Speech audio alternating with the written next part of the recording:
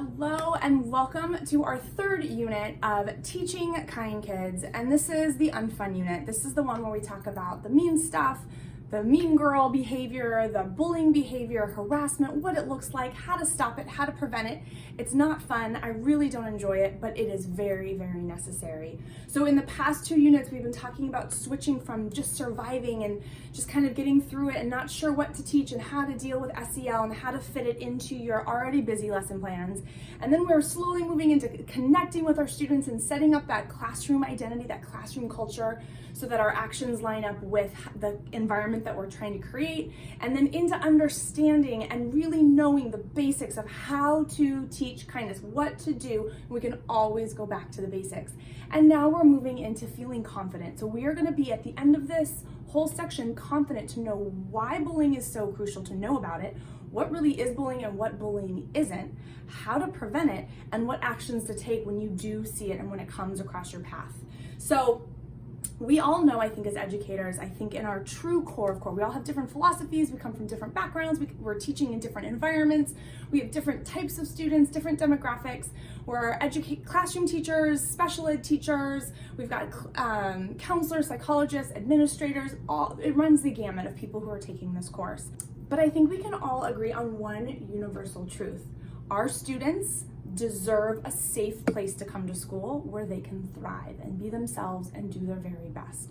But we have to create that safe space, right? That is upon us as the adults in the situation. We are in charge of creating that safe space. So this is a safe emotional space, a safe mental space, a safe physical space. That is on us. That is part of our job description, is to create a safe place so they can come to school and learn and they don't feel threatened.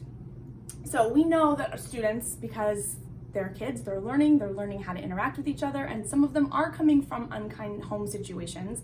Our kids are going to be mean or cruel or unkind. They're gonna fight, they're gonna bicker, they're going to have skerfuffles, right? Out on the recess play yard, in the hallways, kids are gonna kind of just irritate each other. They're gonna have disagreements. And when those escalate and they blow up, it can leave us as educators feeling disappointed in them, like, how could you? I can't believe you did this, one of those numbers. It can be a kind of heartbreaking to watch how cruel some kids can be to another kid, especially if that child is can't really defend themselves. And it's super disappointing. It just always brought me down. It was one of the worst parts of teaching for me in the classroom, was when my students would be so mean to another student. Children say and do mean and hurtful things. It's not always bullying, and that's what we need to learn, what is bullying and what is not bullying. So the problem is that these mean behaviors can quickly escalate to a bullying situation, and that's why we have to cut it off when we start to see it. It can escalate very, very quickly. So again, if you're starting to see any of these behaviors, the best way to always go back to those basics, right? Talk about kindness consistently, relentlessly consistent, right? Constant conversations. We're modeling constantly. I treat people with respect. You treat people with respect. That's what we do in the school. We constant praise and encouragement when you do see those kind behaviors. Thank you for you're an amazing friend. That was a really friendly thing to do. Continue to connect with students, especially those kids that we think might be bullied or being bullies. Connecting with those students, that's going to be crucial. And then again, just setting super clear expectations. These are our two classroom rules. We are kind, we follow directions. And then we're going to talk about it as we get into the bullying, but then clear expectations with bullying. We do not bully. And then our actions as educators have to line up with that. So before we get into bullying, let's start with the little stuff, because the little stuff really does matter. It adds up. That's what creates that classroom culture that we are, the school culture that we are trying to create, to where everyone feels emotionally safe to raise their hand and to do their best and to be their best and to try. But it's those little words, right? The little sneer, the little belittling, or the tear downs, or the put downs, or just like the little name calling. Words matter, words have power, and that's what we need to teach our students. When we hear them say this stuff, we could like brush off like, oh, kids will be kids, oh, they're just saying mean things. No, we gotta call them out on it and be like, hey, we don't talk like that in our classroom. Nope, that's not how we do things in our school. Oh, you're a kind kid, you forgot. Kind kids don't say those kinds of things, or kind kids don't roll their eyes at each other when they share an idea. And because we know that when kids are mean or cruel, the damage can be lasting, the damage can last a very long time. Case in point, I still remember the boy who was really, really mean to me in 5th grade. His name was Tim, and he found a picture of my siblings and I, and he scribbled a mean thing on all over the picture, and he made fun of our last name, and he was super mean and ruined my photo, and I was super excited that I had this new picture of my siblings in my desk because we had just gone on vacation. And I still remember it, 30-something years later. Now, he is not a bully. It was a one and done thing, and that's what we're going to talk about later, but he was mean, and it did stick with me. And so as educators, it's our job to be like, no, we don't do this. We don't ruin other people's possessions. We don't make fun of people. It hurts. It doesn't feel good. And we know that we can teach our kids to apologize for things that are done, and we can make amends, and we can walk them through that. But just like, that toothpaste coming out, or the hammer in the wall, Mr. Miyagi style, right? You put all those hammers in, all those nails in, the holes are there. They're there in the wood, right? And the toothpaste is not going back in. So it causes tears in the relationships of our students.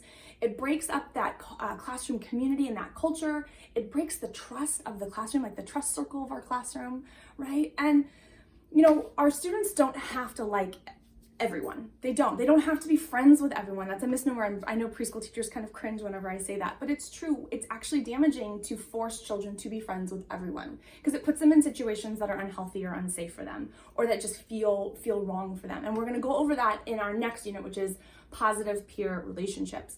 But I'm telling you now this because I don't want you to come at this with well, no, everybody's got to be friends. Everybody's got to like everybody. That's not the case. But we also don't have to be mean, right? So we can just set super clear expectations. And we do, as adults, we do have to pick our battles. We have to say, well, I can't stop every time they say something. I can't stop every time there's an eye roll. I get it. You've got to keep on moving forward. You could talk to them later, maybe. If not, sometimes things just get lost in the day-to-day shuffle. You don't have time for everything. But you've got to pick your battles. What is the most important to you and your class culture and the age of your students? So I'm going to share with you a list of things that a lot of educators have kind of banned in their classroom or in their school to kind of create that kind of Now, again, not all of these are going to work for you. It depends on your students, depends on your situation, depends on your personality, right? But you've got to figure out what's going to work for you. So number one are outlaw words that you just do not allow. And I know a lot of teachers use those as good, happy, use some better synonyms. For us in SEL, outlaw words are those words that just add no value, like you're dumb, loser, the L sign, no, thank you, absolutely not, shut up, I don't care, you're stupid, the R word, that is not okay, you suck, or you're a cheater, or you're a liar. So we can say if somebody's cheating at a game, you say, oh, they're not following the rules of the game, but we don't need to call somebody a cheater. So those are some of our outlaw words.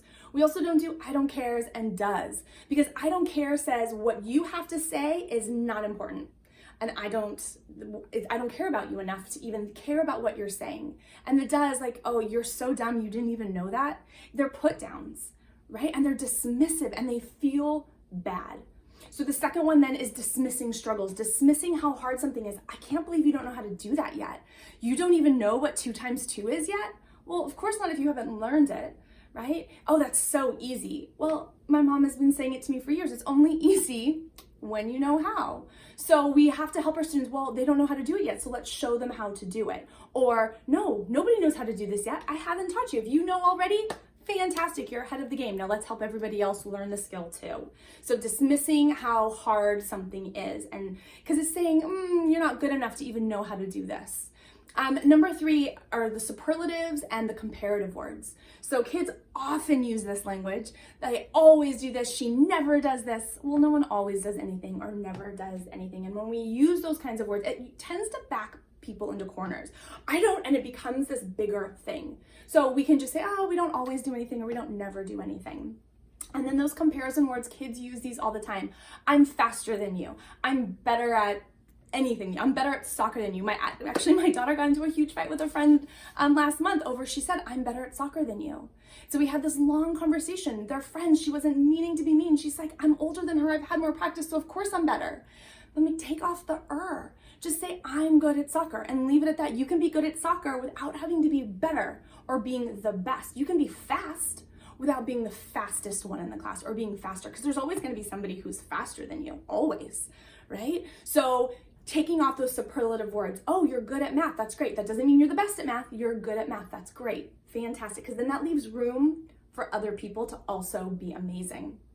And when we put ourselves up on this pedestal, it dismisses everyone else. Okay, the next one is interrupting people, not giving space to let people finish their thought or to finish what they're doing. And basically interrupting is saying what I think is more important than what you think.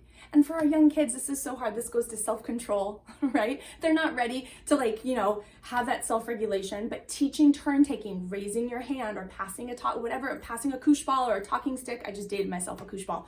Passing something to talk in that morning meeting time, waiting your turn. There's such value in that because you're giving space for somebody else to share their idea, listening, taking time to think about it, and then responding. Huge, huge, huge, huge. And it takes time. They have to learn how to do this. Okay, the next thing is ignoring somebody on purpose. It's basically saying, you're not important enough for me to pay attention to you. And this can be tricky when they're in situations where they're not supposed to be talking, right? But this is what I'm really talking about, this like when they're out on the yard, they're calling their name and they're not even turning around, they're not even looking. It's really rude, it's really dismissive. It means I don't care enough to pay attention to what you have to say.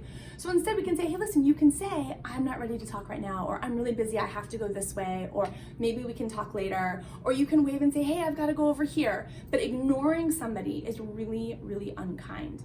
The next one is whispering. I mean, have you ever been, even as an adult, I'm a pretty confident woman, and yet when I see people whispering, I'm like, oh, are they talking about me? Like, is this something that they know something I don't know? It could be nothing. It could be absolutely, they could be talking about anything amazing. They could be talking about absolutely nothing. They're just using quiet voices.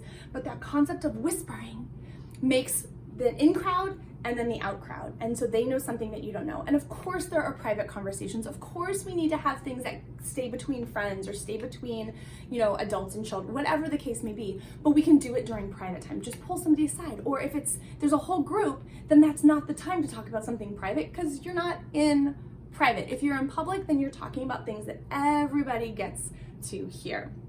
So then we avoid the I know something that you don't know relationship. The next one is like the teasing, the eye rolls, the rude little spiteful comebacks, that little one-liners, the sarcasm even. It can be funny. I get it. Sarcasm, people think it's funny, and a lot of people do love it. And I was raised in a house with sarcasm. It was our language, but it can be really hurtful. It can be really kind of like a put down, like, oh, I can't even believe that you don't even know this.